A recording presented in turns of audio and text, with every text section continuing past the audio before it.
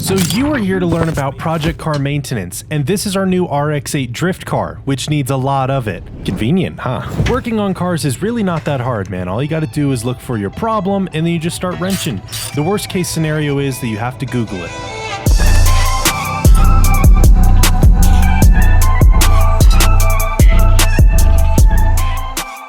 Okay, back to the RX-8. Let's take a walk through a few problems that we're having. We just bought this thing a couple of weeks ago. You can actually check out the video right there in the top right corner, but we need to start working on this thing before we can get it drift ready, and it needs to be as reliable as possible. Also, with it being a rotary engine vehicle, it is not super reliable to begin with, so proper maintenance is super important here. So we'll be providing tips for your project car as well as fixing some of our own issues in this video. And first up, we're going to be addressing this terrible transmission issue we're having. So third gear and fifth gear are both grinding when we shift into them.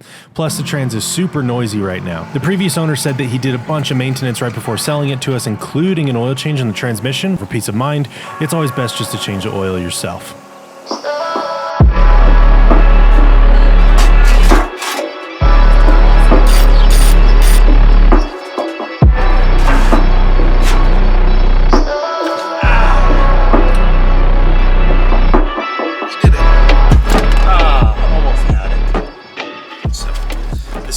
The drain plug here. There's a magnet on it so you can see if anything is in the transmission. It usually sticks to this, metal shavings and such.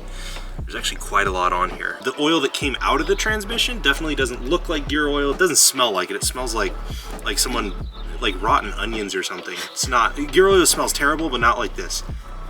So I'm glad we're doing this today right now. Basically, we're going to finish letting it drain, and we're going to plug it back up and fill the transmission with the right stuff, the red line oil, and take it for a test drive and see what changes it makes. Man, this stuff smells. Okay, now we're gonna fill it through the shifter.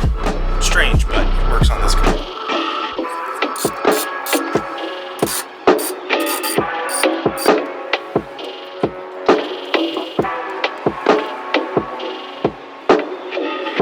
When we refilled the transmission in the Miata, we used Redline because that's what the internet said to do, and I'm absolutely in love with it. It feels great. They also suggested, the internet also suggested Redline for the RX-8, using MT90. We're gonna see how this stuff works. Hopefully it's gonna be better. Pretty sure it was engine oil that was in this transmission. Not good.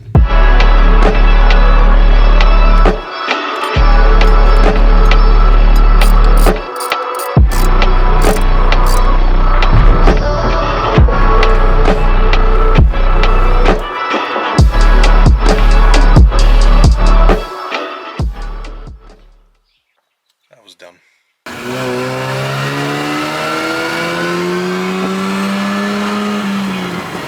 Oh, it didn't grind. Not third. I think I may have fixed it. Yeah. I really do.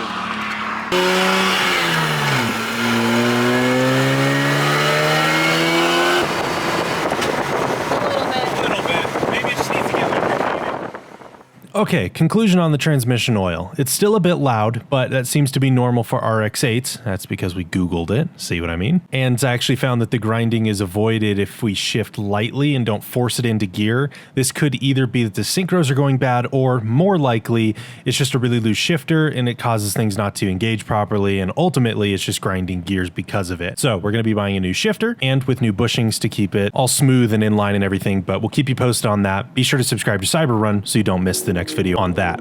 So moving on, engine oil is super important, if not even more important than everything else. So we're going to check our engine oil level and we'll go ahead and top it off. And of course, be sure that this is the right stuff. Again, peace of mind just to do it yourself.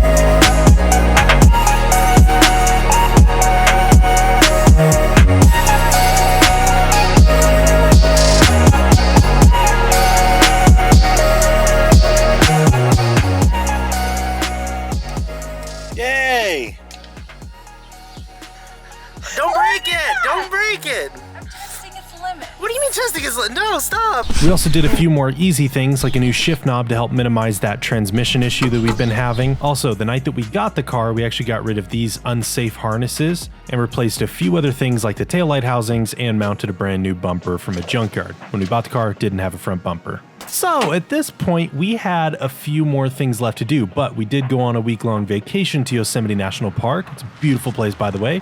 The point being, we came home and the RX-8 was completely dead. Now, again, the previous owner did say that they had a brand new battery along with all the other maintenance stuff, so ideally there should be no issues with the battery, so there's something bigger at play here. Okay, we just need to let the RX-8 charge, and in the meantime, what should you do to your new car? Here are some of the most important things we found for project car maintenance. Engine oil change. You want to make sure that it is fresh oil, that everything is good, nothing is low, that everything is running right there. Why not even change the oil filter as well, just to know that everything's going good? Your brakes are a safety feature, man. You want to make sure that the pads have enough on them, that your master cylinder and brake booster are all doing okay, that everything looks good in the brake system, no leaks, no issues. You should check your tire pressures as well, and it might even be good to change some of the other oils like the transmission or differential. Oh yeah, make sure that all of your lights work and that they're all the same color, that nothing is messed up with this. The RX-8 is, yeah, we've got some issues here. We need to just keep working on that. And lastly, with buying a project car from somebody else, there's always the risk of something super bad, like a blown head gasket, misfire on cylinder 2, maybe frame damage.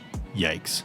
But on another note, here's what you should not do. So when I was 17, I got this 1992 Mazda Miata and I started working on it right away, but not in the right way. After only 4 months of owning the car, I had new wheels ordered and there was this body kit already on the car. We cut it all apart and everything, and yet I hadn't even done an oil change. I also didn't even make sure that the suspension was set up correctly. Spoiler alert, it was not, by the way. So that's the true definition right there of an amateur. Don't be that guy. Okay, our RX-8 has been on a trickle charger for about 24 hours at this point, so let's see what happens when we turn the key.